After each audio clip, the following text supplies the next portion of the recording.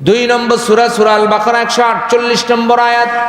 আল্লাহ বলেন ফাস্তাবিকুল খয়রাত, কল্যাণকর কাজে তোমরা প্রতিযোগিতা করো। এক ব্যক্তি 5 ওয়াক্ত সালাত জামাতে আদায় করে, কিন্তু নফল সালাত ঠিক মতো আদায় করে না। আপনি ঠিক মতো আবার নফল সালাত আদায় করেন। এক ব্যক্তি 5 ওয়াক্ত সালাত আদায় করে, তার সাথে আপনি প্রতিযোগিতায় লিপ্ত হন। আমাদের দেশে মানুষ ঘর নিয়ে প্রতিযোগিতা করে, বাড়ি নিয়ে প্রতিযোগিতা করে, দুনিয়ার ব্যবসা বাণিজ্য নিয়ে প্রতিযোগিতা করে। একজনের ঘরে শোকেস, আরেকজনের ঘরে শোকেস তৈরি হয়েছে। এবার একজন ওয়াল ক্যাবিনেট বানালেন, সবাই ওয়াল ক্যাবিনেট বানানো শুরু করলো। একজন শোপিস বানালেন, আবার সবাই ওই শোপিসের দিকে ছুটলো। এইভাবে মানুষ মানুষের সাথে প্রতিযোগিতা করে। আল্লাহ রাব্বুল আলামিনের রাসূল সাল্লাল্লাহু আলাইহি ওয়াসাল্লাম বলেন উনজুর ফিদ দুনিয়া ইলা আসফালি মিনকুম। আল্লাহু আকবার বলেন। দুনিয়ার ক্ষেত্রে তুমি নিচের দিকে তাকাও, আর আখিরাতের ক্ষেত্রে তাকাও উপরের দিকে। দুনিয়ার ক্ষেত্রে একজনের 5 তলা বাড়ি আছে, তোমারও 5 তলা বাড়ি হতে হবে, বিষয়টা এমন না।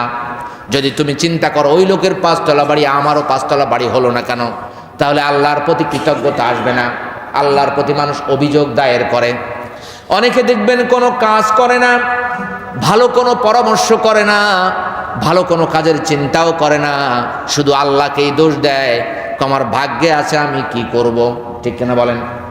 13 নম্বর সূরার 11 নম্বর আয়াত। কত নম্বর সূরা? কত? 13 নম্বর সূরা সূরার রাদ 11 নম্বর আয়াত। আল্লাহ বলেন ইন্নাল্লাহা লা ইউগাইয়িরু মা বিকওমিন হাত্তা ইউগাইয়িরু মা বিআনফুসিহিম।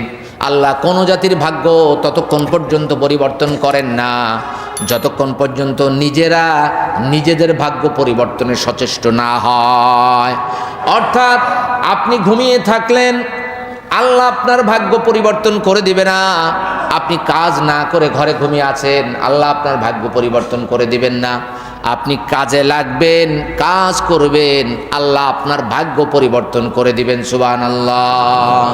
ওয়ালাইসা লিল ইনসানি ইল্লা মা সাআ। 53 নম্বর সূরা সূরা নাজম 39 নম্বর আয়াত। আল্লাহ বলেন মানুষ যেইভাবে পরিশ্রম কষ্ট করে সে অনুযায়ী সে ফল পায়। আপনি কষ্ট করছেন ড্রাগন খেতে, আল্লাহ আপনাকে পেয়ারা দান করবেন না। আপনি কষ্ট করছেন আপনার অফিস আদালতে, আল্লাহ আপনাকে কৃষি দেবেন না। আপনি যেইভাবে যেই অবস্থায় যেই দিকেই কষ্ট করবেন, আল্লাহ আপনাকে সেই অবস্থায় সেই দিকেই ফল দান করবেন। সুবহানাল্লাহ। আল্লাহ বলছেন ফাস্তাবিকুল খয়রাত, কল্যাণ কাজে প্রতিযোগিতা করো। রাসূল বলছেন যে দুনিয়ার ক্ষেত্রে নিচের দিকে তাকাও। একজনের 10 তলা বাড়ি আছে, 20 তলা বাড়ি আছে, তোমারও 10 তলা 20 তলা বাড়ি হতে হবে, বিষয়টা এমন না। তোমার যদি 2 তলা হয় আলহামদুলিল্লাহ, 1 তলা হয় আলহামদুলিল্লাহ, টিন শেড আলহামদুলিল্লাহ। আল্লাহ দুনিয়াতে একদিকে কমিয়ে দিলে আরেক দিকে বাড়িয়ে দেন। সুবহানাল্লাহ বলেন।